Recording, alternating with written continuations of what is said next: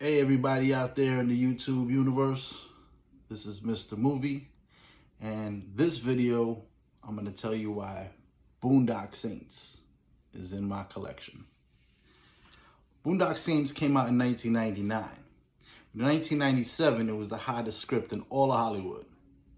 It had a few studio mishaps, but it was finally released, but in only 5 theaters for 1 week. The reason for this was that was right around the time of the Columbine massacre. And, this movie is a big shoot 'em up movie. And I think they just, they didn't want the controversy. And it ended up not doing what it was supposed to. And, things happen. I understand that. That makes sense. But they did big numbers in video sales. And now it's, one of the biggest cult classics of all time. The Boondock Saints is directed by Troy Duffy. It's pretty much his only movie credit. He's not a big director, but he did land this and did a great job with this one. I'll get to that in a second. Stars Sean Patrick Flanery as Connor McManus, Norman Reedus as Murphy McManus, and Willem Dafoe as FBI agent Paul Smecker. You probably know the first guy you probably know maybe from Suicide Kings, a couple of other flicks. Norman Reedus is in a bunch of flicks, but you probably know him best from The Walking Dead, if you're a fan of that. I'm not big into it, but I know a lot of people are, and he's the big guy on that. And of course, Willem Dafoe. He's in a million things. He's an amazing guy.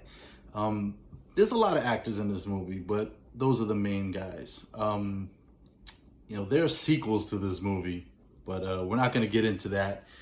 And the reason for that is because they're awful, and that's why they're not in my collection. So we will not be discussing those. There's a lot of shootouts and action sequences in this movie. And the one unique thing that they do in this is they show you the aftermath of what happens, and the FBI is trying to figure it out, and then they show you everything that actually happened in a flashback. It's pretty unique. I haven't really seen that before. Maybe in one scene, but not every single shootout. Basically, they do it that way, or fight or whatever goes on where there's action. The FBI shows up and they're trying to figure out what's going on.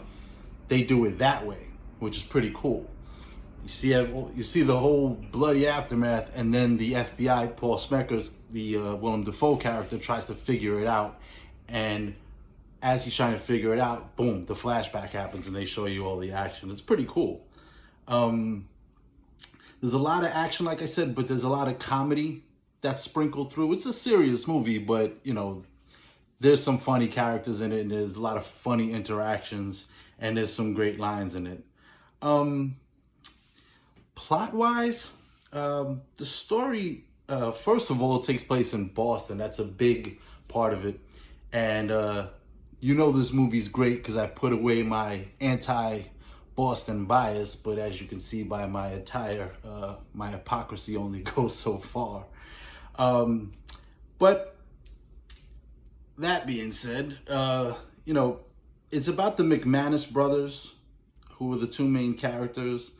And basically what happens is on St. Patty's Day, they're hanging out in their local bar, and these three Russian mob guys come in, and they own the bar now, and they're trying to kick everybody out, and they get in a big brawl. They end up burning them a little bit, messing them up. Those guys find out where the two brothers live. They come to their house, and they handcuff one behind the toilet seat, and he says he's going to kill his brother first. And he goes crazy and just rips the toilet seat out of the floor, bleeding because he's cuffed. And they bring his brother downstairs to shoot him, and he takes the porcelain toilet, throws it off the roof, hits the Russian in the head. He jumps off, hits the other Russian. He's knocked out. Brother picks up the guns, money, their beeper, all the stuff they have on them, and they take off. They go to the hospital, and they end up giving it to the bartender, all that stuff they collected, said, hold it for us. And as I said, it's kind of hard to tell this story because the way they film it, where it's in reverse a lot of the time was what you see. But the FBI agent is trying to figure this out. He's in the alley where it happens, and he slowly through the movie pieces it together. And the two brothers' main thing is they're just out to kill all bad guys, anybody who's bad.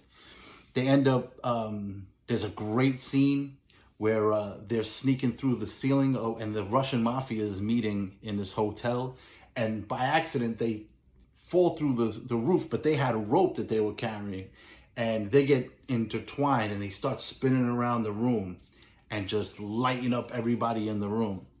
And they have a friend of theirs who's an Italian mob guy, low level. His name's Rocco.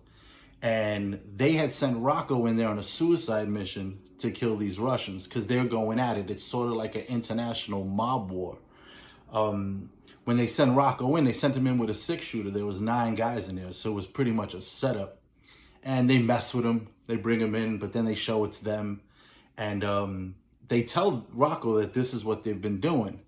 And he's like, listen, I know everybody. I know all the Italian mafia guys, the Russian mafia guys. We could kill everybody.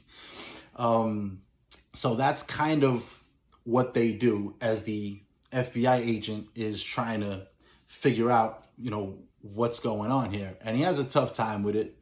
Now, the Italian mob head, he figures that it's Rocco who's killing all his guys. He doesn't know about the 2 other guys, the McManus brothers, who are Irish. And so basically what happens is the Italian mob boss, his name is Papa Joe. He tries to figure out, what am I going to do? But he, like I said, he thinks it's just the one guy. So he goes to one of the older mob guys and said, I need El Duce. And he says, if you need him, you better be ready for what you get. He said he's been locked up for 30 years and he loves killing wise guys.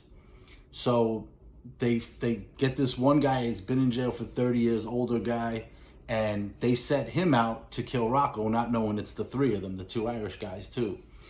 And there's a great scene where they have a shootout where he shows up with 6 guns strapped to him, and they shoot it out with the 2 brothers and the Italian guy. And they get away, but they're all shot up. And then what ends up happening is they say, okay, we got to go after the mob boss. But right before they're doing that, they say we got to go to church first.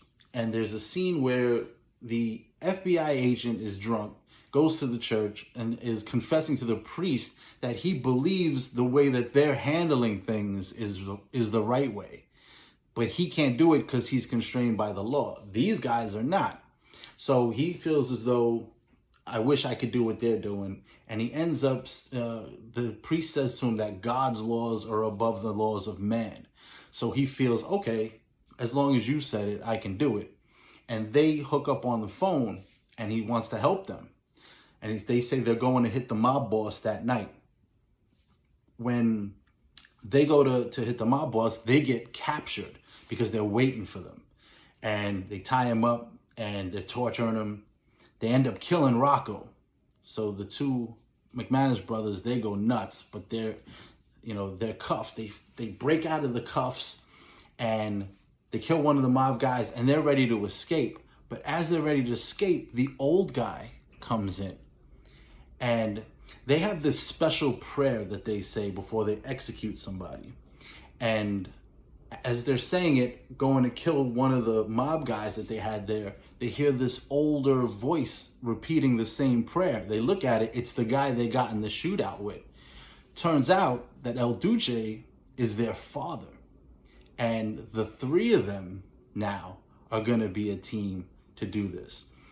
But to make their escape, this is hysterical, because you picture Willem Dafoe is not a handsome man, but he shows up dressed like a prostitute, and he breaks in, kills a couple of the mob guys, breaks them out.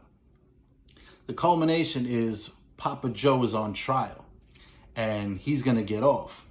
But they're not having that. So the three of them, the father and the two brothers, they go into the court and they let everybody know that from now on, this is the way that things are going to be handled. That righteous men will be fine, evil men will be killed. And that's it. No mercy. And as I said before, this movie is action-packed. There's a lot of, funny parts, but it's action-packed. It's a great story. It's great acting. It has a B feel to it, but it doesn't really come off that way. It kind of, because it's just a shoot 'em up action movie, and it doesn't have, a million effects. It seems like a B movie, but it's not really, because it's got some big name actors in it, and it's a really cool story, and the action is just off the hook. All the shootouts are great, and you'll never get bored watching this movie. I will say that I'd put the rewatchability scale at, I say 85, because there's a lot of quotable parts of this movie, a lot of great dialogue, it's funny, but the action is what really puts it over the top. And you could just watch it over and over, action-wise and story-wise, and you won't get bored of it. But with all that being said, thank you so much for watching. If you want to see more videos of me reviewing movies, just tune in. Hit that like and subscribe. Share with your other movie-loving friends. Hit the notification bell for when I release new videos. And this is Mr. Movie signing off. I'll see you again next time at the Flicks.